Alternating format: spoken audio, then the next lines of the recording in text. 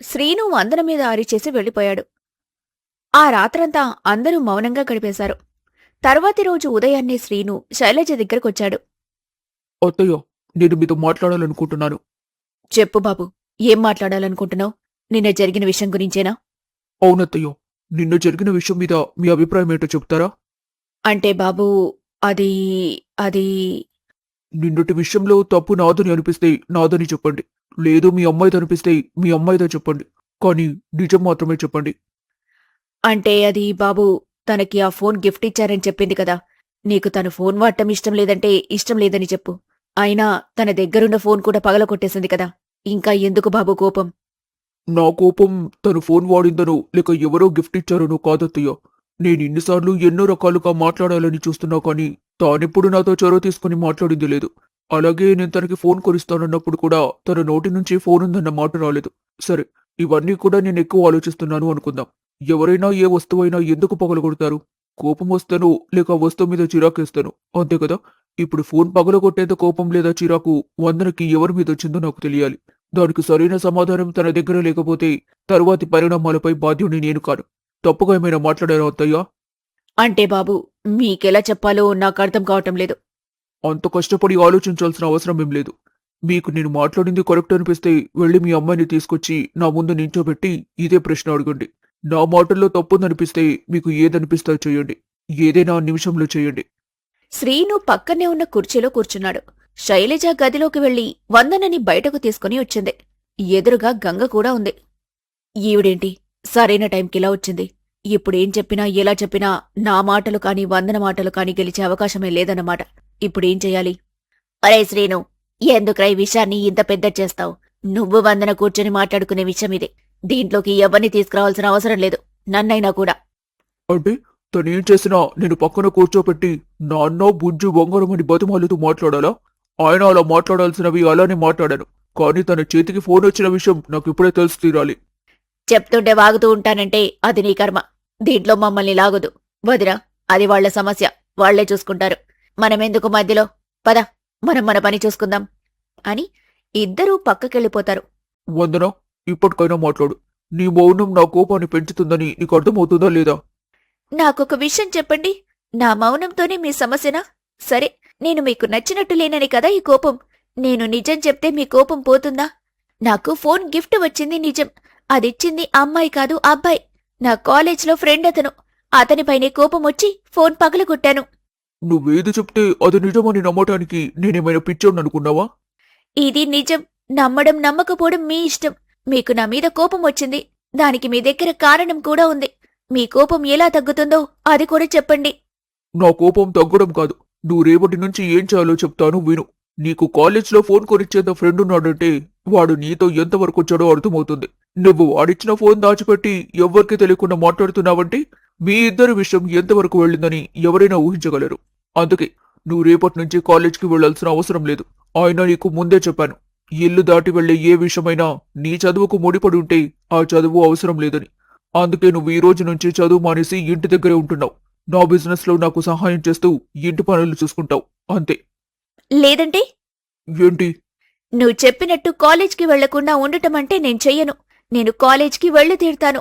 అది నీ ఇంట్లో ఉంటూ నీకు పంపించడం ఇష్టం లేదంటే చెప్పు. నేను నా చదువు కోసం ఇంట్లో నుంచి వెళ్లిపోవడానికి కూడా వెనకాడను. నీకు గుర్తుంటే నేను నిన్ను పెళ్లి చేసుకోవాలని అనుకున్నది కూడా పెళ్లి పేరుతో ఎక్కడైనా చదువుకోవచ్చనే తప్ప నీతో సంసారం చేయడానికి కాదు. అలాంటిది ఇప్పుడు నువ్వు చదువుని కాదంటే నేనెలా ఉంటానిక్కడ? ఓహో, ఇదన్నమాట సంగతి. మనసులో వాడెవడో ఉన్నాడు కాబట్టి నీ ఒంటి మీద నన్ను చెయ్యి వేయనివ్వలేదు. వాడితో చెట్టాపట్టలు వేసుకో తిరగటానికి కాలేజ్ పేరు చెప్పి వెళ్తున్నావన్నమాట. నేను ఏ తప్పు చేయలేదని నాకు తెలుసు. దానికి నీకు సమాధానం చెప్పాల్సిన అవసరం లేదు. ఒక అమ్మాయి అబ్బాయి స్నేహాన్ని కామంగా చూసే నీలాంటి వాడికి చెప్పాల్సిన అవసరం అంతకన్నా లేదు. ఇలాంటి వాణ్ణి మొగుడిగా చెప్పుకుంటూ ఈ ఇంట్లో ఉండటం కంటే మొగుడు వదిలిపెట్టిన ఆడదిగా బతకడమే నయం. పేరు పోయినా కనీసం ప్రశాంతతైనా దొరుకుతుంది. వందన అరుపులు వినిపించడంతో శైలజ పరిగెత్తుకుంటూ వచ్చింది అక్కడికి. వందన, ఏం మాట్లాడుతున్నావు? మతోన్నే మాట్లాడుతున్నావా నువ్వు? నువ్వు తప్పుగా అనుకోకు బాబు. అదేదో పిచ్చిది, తెలిసి తెలియక మాట్లాడుతుంది. అమ్మా, కాస్తాపుతావని బతిమాలటం? ఇంకేం మాట్లాడకుండా అల్లుడికి క్షమాపణలు చెప్పి అల్లుడు చెప్పినట్టుగా ఉండు, అర్థమైందా? లేదు, ఎప్పటికీ కాదు. నేను చేసిన తప్పేంటో నిరూపించండి, లేదా నేను క్షమాపణలు చెప్తాను. సరే, ఆయన కూడా నా మీద అరిచాడు, లేని నిందలు వేశాడు. అక్కడ ఆయన్ని కూడా క్షమాపణలు చెప్పమని చెప్పు, అప్పుడు చెప్తాను నేను క్షమాపణలు. ఓసై ఓసై పిచ్చి పట్టిందా నీకు? మొగుడెందుకే క్షమాపణలు చెప్తాడు? నువ్వాడపిల్లవి, నువ్వే కాస్త తగ్గుండాలి. వందన, అనవసరంగా చేయి చేసుకునే వరకు తీసుకురాకు. అల్లుడికి క్షమాపణలు చెప్పి ఈ గొడవని ఇంతటితో ఆపేయ్. అమ్మా, ఒక గొడవ ఒక సమస్యకి పరిష్కారం అవ్వాలి తప్ప ఇంకొక దానికి కారణం కాకూడదు. నాకు అతనికి క్షమాపణలు చెప్పే అవసరం లేదని చెప్పాను. అలా చేస్తూనే ఇక్కడుండాల్సి వస్తుందంటే నేనిక్కడుండటానికి సిద్ధంగా లేను. ఏంటి, బెదిరిస్తున్నావా? ఉండను అంటే ఏంటి అర్థం? నీ మాటలకు ఇక్కడ బెదిరే వాళ్ళెవ్వరూ లేరు, అర్థమైందా? మాటలతో బెదిరించేది నువ్వు, ఇదిగో ఇతను. నాకలాంటి అవసరం లేదు. మీరిక మారని నాకు అర్థమైపోయింది. నేను వెళ్తున్నాను, చదువుకోవాలి. నాకు దగ్గర్లో పరీక్షలున్నాయి అని చెప్పి ఇంట్లో నుంచి వెళ్ళిపోతుంది వందన. బాబు, దాని తరపున నేను క్షమాపణలు చెబుతున్నాను. ఒక పూట కడుపు మాడితే అదే తిరిగింటికొస్తుందిలే బాబు. దాని మాటలు నువ్వు మనసులో పెట్టుకోవద్దు. నాకలా అనిపించడం లేదు. సరే, ఏం జరుగుతుందో చూద్దాం. వందన నేరుగా కాలేజ్ దగ్గరికి వెళ్ళింది. క్లాస్లోకి వెళ్తుండగా సాయి వందన ఎదురుగా వచ్చి నించున్నాడు. హాయ్ వందన, ఈరోజు చాలా ఎక్సైటెడ్ గా ఉంది కదా? అయినా నేను ఇక్కడుంటే నువ్వు అటెక్కడికి వెళ్తున్నావు? పొద్దున్నుంచి నీకెన్నిసార్లు కాల్ చేస్తాను తెలుసా? ఎన్నిసార్లు చేసినా నీ కాల్ కలవదే. ఇప్పుడు నేనేం మాట్లాడలేను సాయి, నాకు కాస్త టైం కావాలి. నువ్వు నీ పని చూసుకుంటే మంచిది. ఏయ్, ఇవాళ మనం రోజంతా క్యాంటీన్లో మాట్లాడుకుందాం అనుకున్నాం కదా, నువ్వు మళ్ళేంటో అంటున్నావు? జోక్ చేస్తున్నావు కదా? కాదు, సీరియస్గానే చెప్తున్నాను సాయి. మనం తర్వాత మాట్లాడుకుందాం. ఇప్పుడు నాకు చాలా చిరాగ్గా ఉంది. నన్ను వెళ్ళనివ్వు ప్లీజ్. పిచ్చిదానిలో చెయ్యకు వందన. పిచ్చిదాన్ని, నేను నిజంగానే పిచ్చిదాన్ని. ఇప్పుడు నీకు తెలిసింది కదా, వెళ్ళు. నన్నొదిలేసి దూరంగా వెళ్ళు. వందన ప్లీజ్, చుట్టూ ఉన్న వాళ్ళందరూ మనల్ని చూస్తున్నారు. ఇలా చేయకు. ఇప్పుడేంటి, నీకు నాతో క్యాంటీన్కి రావటం ఇష్టం లేదు, అంతే కదా? సరే, నీ ఇష్టాన్ని నేను కాదనను. నీ కోపం తగ్గాక నా దగ్గరికి రా. నీకోసం వెయిట్ చేస్తూ క్యాంటీన్లో కూర్చొని ఉంటాను అని చెప్పి సాయి క్యాంటీన్ వైపు వెళ్ళిపోయాడు. చూస్తూ చూస్తూనే సాయంత్రం అయ్యింది. అందరూ కాలేజ్ నుంచి వెళ్ళిపోతున్నారు కాని సాయి మాత్రం క్యాంటీన్లో కూర్చొని వందన కోసం ఎదురు చూస్తున్నాడు. బాబు, కాలేజ్ టైం అయిపోయింది కదా, క్యాంటీన్ మూసేస్తున్నాను, నువ్వు కాస్త బయటకు వెళ్తే బాగుంటుంది అని క్యాంటీన్ అతను కూడా చెప్పాడు. అలాగే వెళ్తున్నాను అని బయటకొచ్చాడు సాయి. చుట్టూ చూస్తూ ఆలోచిస్తున్నాడు. ఇంపార్టెంట్ విషయం మాట్లాడాలి అని చెప్పింది. నిన్న ఏదేదో చెప్పి ఈ రోజు ఉదయమేమో వింతగా మాట్లాడింది. ఇప్పటి వరకు మళ్లీ నన్ను కలవటానికి ప్రయత్నించలేదు. కుంపదీసి వందన నిన్ను ప్రపోజ్ చేయబోతున్నానని గెస్ చేసేలా చేస్తుందా? కావాలని నన్ను దూరం పెడితే నేను దగ్గర అవ్వాలని ప్రయత్నించడం మూర్ఖతం కదా. తనిష్టం. తను ఎప్పుడైతే వచ్చి మాట్లాడుతుందో అప్పటి వరకు నేను మాట్లాడి తనని ఇబ్బంది పెట్టను అని అనుకుని అక్కడ్నుంచి వెళ్ళిపోయాడు సాయి. పార్కింగ్లో ఉన్న తన బండిని తీసుకోవడానికి వెళ్లేసరికి పక్కన్నే పడిపోయున్న అమ్మాయి కనిపించింది. వెంటనే వెళ్లి చూశాడు. హే వందనా, వందనా, ఇదేంటి ఇక్కడ ఇలా పడిపోయింది? ఎంతగా లేపడానికి ప్రయత్నించినా లేవలేదు. నీళ్లు మోసుకొచ్చే చలినా లాభం లేకపోయింది. తనని తీసుకుని హాస్పిటల్కి వెళ్లాడు సాయి. వందనని పూర్తిగా పరీక్షించిన డాక్టర్, చూడండి, తను 2-3 రోజులుగా సరిగా ఫుడ్ తీసుకుంటున్నట్టుగా లేదు. పైగా బాగా ఏదో ఆలోచిస్తున్నట్టుంది. ఇంతలా స్ట్రెస్ తీసుకోవటం అస్సలు మంచిది కాదు. తన ఆలోచన ఏంటో. ఆయన చిన్న ఇంజెక్షన్ ఒకటి ఇచ్చాను, ఒక అరగంటలో తనకి స్పృహ వస్తుంది. అప్పుడు ఏదైనా ఎనర్జీ ఫుడ్ పెట్టండి. అట్లీస్ట్ 3 to 4 days తనని జాగ్రత్తగా చూసుకోండి. మనిషి ఇంత వీక్ అయ్యేదాకా పట్టించుకోరేటయ్యా బాబు. ఎనీవేస్, జాగ్రత్తగా చూసుకోండి. అలాగే డాక్టర్. సాయి వెళ్లి డాక్టర్ చెప్పినవి పట్టుకొచ్చి వందన మేల్కోటం కోసం ఎదురు చూస్తూ ఉన్నాడు. కాసేపటికి వందనకి మెలకువ వచ్చింది. కంగారు పడుకు, నేనిక్కడే ఉన్నాను. ఇంతకీ నేనెక్కడున్నాను? కళ్ళు తిరిగి పడిపోతే నేనే హాస్పిటల్కి తీసుకొచ్చాను. ఇదిగో, ముందు ఈ కొబ్బరి నీళ్లు తాగు. దగ్గరుండి కొబ్బరి నీళ్లు తాగించాడు సాయి. సాయి వందనని నెమ్మదిపరచడానికి నిదానంగా చాలాసేపు మాట్లాడుతూ ఉన్నాడు. సాయి, నాకొక హెల్ప్ చేయగలవా? చెప్పు వందన, నీకోసం ఏదైనా చేయగలను. నాకు అర్జెంటుగా జాబ్ కావాలి, ఇప్పించగలవా? ఇంత అర్జెంటుగానా? అంత అర్జెంట్ ఏముంది? నువ్వు ముందు రెస్ట్ తీసుకో. ఇంకాసేపు ఉండి ఇంటికి తీసుకెళ్తాను. ఏదైనా ఉంటే రేపు ఎల్లుండి అలా మాట్లాడుకుందాం. అంత టైం నాకు లేదు సాయి. నాకు ఒక జాబ్ చూడవా ప్లీజ్? సరే సరే, చూస్తాను, కానీ ముందైతే ఇంటికి వెళ్ళాలి కదా. లేదు, నేను ఇంటికి కూడా వెళ్ళాలనుకోవటం లేదు. అక్కడ నాకేం పని లేదు. అన్నట్టు సాయి, నేను నీకొక విషయం చెప్పాలనుకున్నాను. కాని పిచ్చి పిచ్చి ఆలోచనలు మనసులో గందరగోళంగా ఉన్నాయి. అందుకే ఎలా చెప్పాలో తెలియటం లేదు. సరే సరే, నువ్వు కంగారు పడకు. నువ్వు ఆలోచించటం మానే ముందు ఇప్పుడేంటి, నీకు జాబ్ కావాలి అంతే కదా? సరే, నేను చూసి పెడతానులే. అలాగే ఉండటానికి ఒక హాస్టల్ కూడా కావాలి. సరే, అది కూడా అరేంజ్ చేద్దాం. ముందు మా ఇంటికి వెళ్దామా? 1-2 రోజులు నువ్వు అక్కడుంటే ఫ్రీ అవుతావేమో. వద్దు సాయి, నేను హాస్టల్కే వెళ్ళిపోతాను. నువ్వు కాస్త జాబ్ సంగతి చూస్తావా ప్లీజ్? సరే, నేను హాస్టల్లో చూసొస్తాను. నువ్విక్కడే ఉండు, అర్థమైందా? అలాగే. సాయి వందనని అక్కడే ఉంచి హాస్టల్స్ వెతకటం కోసం వెళ్ళాడు. కాని సాయి మెదడుని కొన్ని ప్రశ్నలు తొలిచేస్తున్నాయి. ఇప్పుడున్న పరిస్థితుల్లో వందనని అడగలేకపోతున్నాడు. ఎటూ అర్థం కాక తన ఫ్రెండ్ ఒక అమ్మాయికి ఫోన్ చేశాడు. లిఖితో, నేనొక విషయం చెప్తాను, నాకు గైడెన్స్ ఇస్తావా? ట్రై చేస్తాను. ఏంటో చెప్పు ముందు. నీకు వందన గురించి చాలాసార్లు చెప్పాను కదా. అవును చెప్పావు. అయితే ఏమైందిప్పుడు? ఏమవ్వలేదు, కానీ నేను కాస్త కన్ఫ్యూజన్లో ఉన్నా తన విషయంలో. సరే, క్లియర్గా ఫస్ట్ నుంచి ఏమైందో చెప్పు. నేను నీకు క్లారిటీ ఇవ్వటానికి ట్రై చేస్తాను. నేను ముంబై వెళ్లే వరకు వందన నాతో బాగా ఉండేదని నీకు తెలుసు కదా. కానీ నేనక్కడికి వెళ్ళొచ్చినప్పటి నుంచి వందన మాటల్లో మార్పు చూశాను. తన ఇంటికి వెళ్లకుండా వేరే ఇంటికి వెళ్తుందని డౌట్ ఉంది. నాతో ఏదో చెప్తానంటుంది కానీ చెప్పలేకపోతుంది. ఈ రోజు కాలేజీలో పడిపోతే డాక్టర్ దగ్గరికి తీసుకొని వచ్చాను. డాక్టర్ ఏమో తనకి స్ట్రెస్ ఎక్కువైంది, బాడీ స్ట్రెంత్ లేదని చెప్తున్నారు. తనని ఎన్నో ప్రశ్నలు అడగాలని ఉన్నా తనున్న పొజిషన్లో ఏమీ అడగలేకపోతున్నాను. ఏం చేయాలో నాకు అర్థం కావటం లేదు లిఖిత. సాయి, ఒక అమ్మాయిగా నేను చెప్తున్నాను విను. అమ్మాయి ఎప్పుడు కూడా తన మనసులో ఉన్న విషయాన్ని వెంటనే అనుకోదు. ఇంకొక విషయం ఏంటంటే, చిన్న విషయానికి కూడా అమ్మాయిలు ఎక్కువగా బాధపడుతుంటారు. నువ్వెప్పుడైనా ఏదైనా నీకు తెలియకుండానే తనని బాధపెట్టి మాట మాట్లాడుండొచ్చు. లేదా వాళ్ళింట్లో పరిస్థితేంటో అని నీకు తెలీదు కదా. అవును, తను ఇంటికి వెళ్ళాలని అంటుంది. కొంపదీసి ఇంట్లో ఏదైనా ప్రాబ్లం అయి ఉండొచ్చా? డెఫినెట్లీ అయ్యుండొచ్చు. ఇప్పుడు నువ్వు చేయాల్సిందల్లా ఒక్కటే, తనని ప్రశాంతంగా ఉంచడం. తానెలా చెప్తే అలా చేస్తూ వెళ్ళడం. అర్థమైందా? తనకు ఒక జాబ్ కావాలంటుంది. అదే ఎలా అని ఆలోచిస్తున్నాను. అవునా? ఒక పనిచేయి, మా ఆఫీస్లో తనని జాయిన్ చెయ్యి. నేనెవరో తనకి తెలియదు కదా. ఆఫీస్లో కొలిగిలాగా పరిచయం చెయ్యి. ప్రాబ్లం ఏంటో తెలుసుకోవడానికి ట్రై చేస్తాను. Good idea. సరే, రేపే మీ ఆఫీస్కి తనని తీసుకొని వస్తాను. ఎలాగైనా సరే తనకు అక్కడ జాబ్ వచ్చేలా చేయవా ప్లీజ్? సరే సరే, నేను చూసుకుంటానులే. నువ్వైతే రేపు వందనని తీసుకొనొచ్చేయ్. సాయి కష్టపడి ఎలాగోలా ఒక హాస్టల్ వెతికి పట్టుకున్నాడు. తరువాతి రోజు వందనని తీసుకుని లిఖిత ఆఫీస్కి వెళ్ళాడు. హాయ్, నా పేరు లిఖిత. సాయి మీ గురించి చెప్పాడు. నేను మా మేనేజర్తో మాట్లాడాను. ఒకసారి మీరు కూడా వెళ్ళి మాట్లాడితే పనైపోతుంది.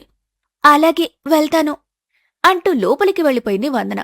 సాయ్, నువ్వు చెప్పిందంతా విన్నాక రాత్రంతా దీని గురించి ఆలోచించాను. అంటే ఇంకేమైనా పాసిబిలిటీస్ ఉన్నాయా అని నాకనిపించింది. అదేంటంటే, వందన నీ లవ్ ప్రపోజల్ని యాక్సెప్ట్ చేయకపోవచ్చు. నేననుకోవడం ప్రకారం తనకి వేరే పెళ్లి సెట్ అయి ఉండడమో, లేక పెళ్లైపోయో కూడా ఉండొచ్చు. అలా ఎలా అంటావు లిఖిత? తనకి పెళ్లి సెట్ అయితే నాకు చెప్పకుండా ఉంటుందా? సరే, తనని బయటికి రానివ్వు, మాట్లాడదాం. ఇద్దరూ మౌనంగా కూర్చున్నారు. చాలాసేపటి తర్వాత వందన బయటకొచ్చింది. ఏమైంది? అంతా ఓకేనా? ఎప్పటినుంచి రమ్మని చెప్పారు? తన వైపు నుంచి ఓకే అన్నారు. హెచ్ఆర్తో మాట్లాడితే ఫైనల్ అవుతుందని చెప్పారు. లిఖిత గారు, హెచ్ఆర్ ఎక్కడుంటారో కాస్త చెబుతారా? ఈ ఆఫీస్ వరకు హెచ్ఆర్ నేనే అండి. అయ్యో సారీ, నేనలా అనుకోలేదు. పర్లేదు, కూర్చోండి, మాట్లాడదాం. వందన లిఖిత పక్కన కూర్చుంది. మేనేజర్ దగ్గర మీరు ఓకే అనిపించుకున్నారంటే మీ దగ్గర మ్యాటర్ ఉందని అర్థమైంది. ఓకే, మీరు శాలరీ ఎంత ఎక్స్పెక్ట్ చేస్తున్నారు? అలా ఏం లేదండి, వర్క్ ఏంటో కూడా నాకు తెలీదు. మీరే ఎన్నో కొన్ని రోజులు ట్రైనింగ్ ఇవ్వాల్సి ఉంటుంది. యా, అదంతా మాకు వదిలేయండి. మీక్కూడా ఇంతైతే బాగుంటుందని ఒక ఐడియా ఉంటుంది కదా. ఆ అమౌంట్ చెప్పండి. అలా ఏం లేదండి, నా హాస్టల్ ఫీజు వరకు వచ్చినా చాలు. అంత తక్కువ కాదులే, కొంచెం డీసెంట్ శాలరీ వచ్చేలా నేను చూసుకుంటాను. అలాగే మా సెక్యూరిటీ రీజన్స్ కోసం నేను కొన్ని ప్రశ్నలు అడుగుతాను. సమాధానం చెప్తారా? తప్పకుండా అండి. సరే, మీ కాలేజ్లో కానీ మీ ఇంటి దగ్గర కానీ మీ మీద ఎలాంటి నెగటివ్ ఫీడ్బ్యాక్ లేదు కదా? అలా ఏం లేదండి. ఓకే, మీ పేరెంట్స్ ఏం చేస్తుంటారు? వాళ్ళకి మీరు జాబ్ చేయాలనుకుంటున్నారని తెలుసా? అమ్మా నాన్న ఊర్లోనే ఉంటారు. వాళ్ళకి నేను జాబ్ చేయాలనుకుంటున్నానని తెలుసండి. మీకు పెళ్ళైందా? ఒకవేళ అయితే మీ హస్బెండ్కి మీరిక్కడ జాబ్ ఇంట్రెస్ట్ ఉందో లేదో అనే ఒపీనియన్ లెటర్ ఇస్తే బెటర్. ఇదంతా మా ఆఫీస్ సెక్యూరిటీ రీజన్స్ కోసమే. చెప్పండి, ఇంతకు మీకు పెళ్ళైందా? వందన తల తిప్పి సాయి వైపు చూసింది. పెళ్ళైంది కానీ పెళ్ళైంది కానీ నా హస్బెండ్తో డిస్టర్బెన్సెస్ వచ్చాయి.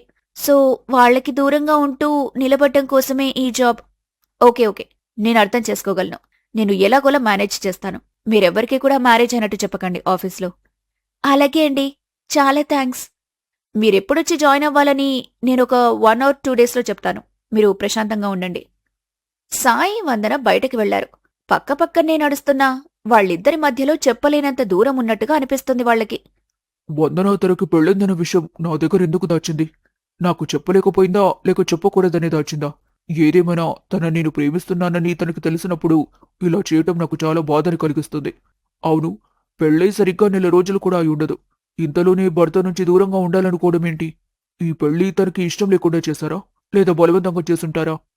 సారీ సాయి, నాకు పెళ్ళైన విషయం నీకు చెప్పొద్దని నా ఉద్దేశం కాదు. కానీ నీతో చెప్పాలంటే నాకు కాస్త బెరుగ్గా అనిపించింది. నువ్వు నన్ను ప్రేమిస్తున్నావని తెలుసు కానీ ఆ ప్రేమని పొందే అవకాశం నాకీ జన్మకి లేదు.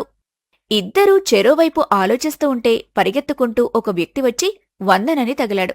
ఎవరని చూస్తే అతనెవరో కాదు, వందన తమ్ముడు వాసు. వందన వెంటనే వాసుని పట్టుకొని, ఒరే తమ్ముడు, ఏమైందిరా? ఎందుకిలా పరిగెడుతున్నావు? ఇది చిన్న విషయంలే కాని నువ్వేమైపోయావక్క? ఇంట్లో నుంచి వెళ్ళిపోయావని మీ అత్తారింట్లో చాలా కోపంగా ఉన్నారు. సరే, అది వదిలేలే కాని అమ్మేమంటుంది? నాన్న ఎక్కడున్నాడు? అమ్మ కూడా నీ మీద చాలా కోపంగా ఉంది.